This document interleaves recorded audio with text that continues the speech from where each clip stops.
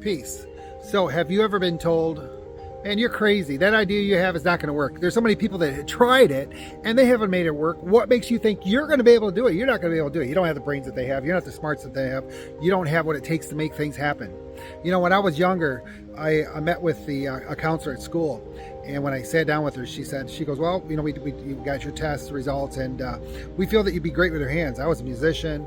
I thought, oh, great, I'll be a great artist. And what she told me, she said, you know, with the way you can work with your hands, that you'd be great working in a factory. And I was devastated. Now, there's nothing wrong with working in a factory. We have to have those positions. But it wasn't what I wanted. It's not what I saw myself being. And I was so mad that that person told me that about myself. So I set out to try to figure out why they told me that and what I can do. And I was going to prove them wrong.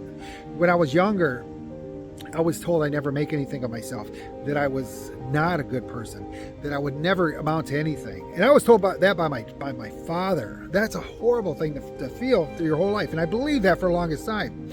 I never thought, because I quit school when I was very young, who thought that I would be able to write a book? The process for me to go to write my first book, it was a lot. I started writing sentences. When you're dyslexic, it makes it very difficult. I wrote articles. I wrote business articles. I wrote on what I knew, what I had the right to speak about. Became very successful writing articles on inspirational leadership. And then I decided, hey, I'm going to write a book. And then in my mind, it's like, hey, dummy, you don't know. You've been told you can't do that. But I'm like, no, I can do this. I wrote my first book. I have two published, I have other co-author books, but I have two published children's books. I have four more that are sitting, waiting for me to publish. I'm getting ready to publish another one. And if I'd have listened to somebody tell me that what they thought of me, I would have never done all of that stuff. I would have never created the business I did or created the success that I have in business as a leader. Being crazy is a good thing. A lot of the inventions, a lot of the success that people have had, those people at one time, majority of them have been told that they were crazy. So if they're crazy, what's wrong with it? What's wrong with being that person?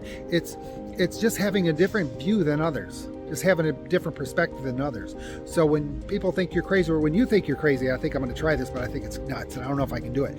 No, you can do it. You can do it. You got to set it here, set it in your heart, set it in your gut, and just set it and understand you can make it happen. No matter what people say to you, don't believe them. Now, if they tell you you're crazy, smile and say, thank you very much. I'm so glad you said that, because now it's just going to strengthen what I can do and make this thing happen that was good. So do what you got to do.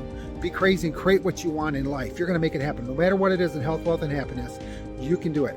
Be crazy. Hope that makes sense to you. I want to see you do the best you can. Live the life that you want to live, that you desire to live. Just because you're not there now doesn't mean you can't do that. I'm out of here. Peace.